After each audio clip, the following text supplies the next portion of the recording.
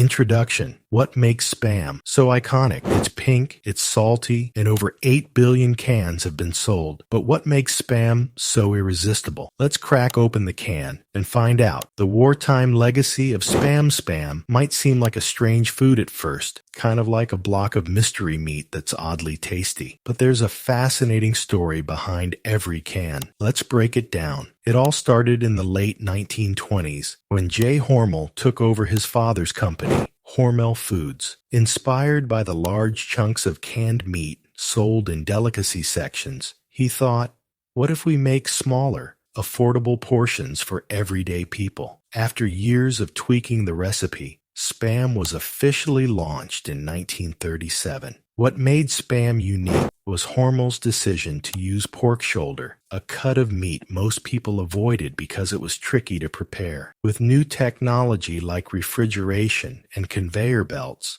Hormel turned this underused meat into a reliable, long-lasting food source. After the hardships of World War I and the Great Depression, Spam was exactly what people needed: affordable protein that stayed fresh for months. Spam's big break came during World War II. It became a staple in soldiers' meals, with over 150 million pounds sent to troops. Soldiers even found unusual uses for Spam grease, like oiling their guns or waterproofing their boots. But Spam wasn't just for the battlefield. As the military traveled, so did Spam, reaching places like Hawaii, Guam, and South Korea, where it became a beloved part of local cuisines. The impact of Spam didn't end with the war. It was more than just food. It became a symbol of resilience. Over the years, its global popularity grew, and it found a special place in different cultures. From its humble beginnings to being a worldwide favorite, Spam's story is about that little bit of mystery that keeps people coming back for more. How Spam is made. Spam starts its journey with fresh pork shoulders and ham delivered straight to the factory. Once there, machines handle the hard work of separating the meat from the bone. The pork and ham are then chopped into uniform pieces and ground into massive 8,000-pound batches. To keep the meat safe and maintain its quality, the mixture is chilled to just above freezing. Next, it's transferred to sealed mixers, where air is removed to help preserve the product. This step not only extends its shelf life, but also keeps it moist and fresh. Spam production happens in two main locations in North America: Austin, Minnesota, and Dubuque, Iowa. Despite the large-scale operation, only 13 workers are needed to oversee the automated process. The ground pork and ham are combined with salt, sugar, sodium nitrite, and a few other ingredients to ensure each batch delivers the same flavor and texture. Fun fact: the name Spam came from a naming contest held by Hormel, with the lucky winner taking home $100. Many believe Spam is short for spiced ham, but the company has kept the exact meaning under wraps.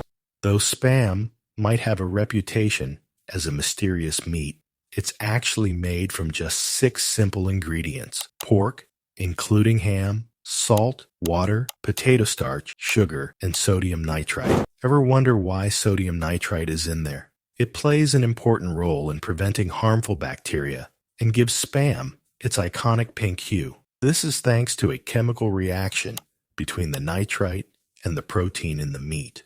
After the meat is separated from the bone and ground into 8,000-pound batches, it goes through a metal detector to check for any stray materials. The mixture is then sent to vacuum mixers, where it's chilled to near freezing temperatures. This combination of cold and vacuum keeps the meat moist during cooking. Once all the ingredients are blended together, the Spam mixture is packed into cans. These cans are vacuum sealed to remove air, ensuring the product stays fresh for longer. The sealed cans are cooked in a massive machine, capable of handling up to 66,000 cans at once. This cooking process not only sterilizes the Spam, but also makes it shelf-stable for years. After cooking, the cans are cooled down, labeled, and prepped for shipping. Did you know the Spam is actually cooked inside the can? It goes through a hydrostatic cooker that can process 33,000 cans per hour. Once they're cooled and cleaned, they're ready to hit the shelves. So, how long does Spam last? According to Hormel, it can last indefinitely if stored properly, though its quality might start to decline about 5 years after the best buy date. Since its launch, over 8 billion cans have been sold, with 3 cans sold every second worldwide. For decades, Spam was made at 2 main plants, one in Fremont, Nebraska, and another in Austin, Minnesota. In 2018, Hormel sold the Nebraska plant to Holstone Farms LLC, though it continued supplying Spam for a while after the sale. Whether it's been on shelves for a few days or a few years, Spam's production process makes sure it's always ready for your next meal. Modern popularity and global love Spam's popularity isn't limited to the United States. It has a massive following worldwide. In places like Hawaii and Guam, Spam has become a cultural staple, thanks to Allied troops introducing it during World War II. Guam leads the way in Spam consumption, with the average person eating an incredible 16 cans per year. To put that into perspective, just 2,666 cans add up to a ton of Spam. Hawaii loves it so much that it hosts the Waikiki Spam Jam every year, a lively festival featuring creative Spam dishes and live entertainment. In South Korea, Spam has taken on a completely different image. Introduced by American soldiers during the Korean War, it's now considered a premium food, often included in elegant gift sets for the Lunar New Year. Gifting Spam in South Korea is seen as a gesture of respect and care, making it far more than just a pantry item. Back in Hawaii, Spam musubi, a tasty combo of rice, seaweed, and Spam, is a beloved local snack. Hawaiians consume around 7 million cans annually, further cementing Spam's iconic status in the islands. Events like the Spam Jam Festival highlight its role in local food culture and keep the love for Spam alive. As for health concerns, Spam is known for being high in fat and sodium. A single 12-ounce can contain 16 grams of fat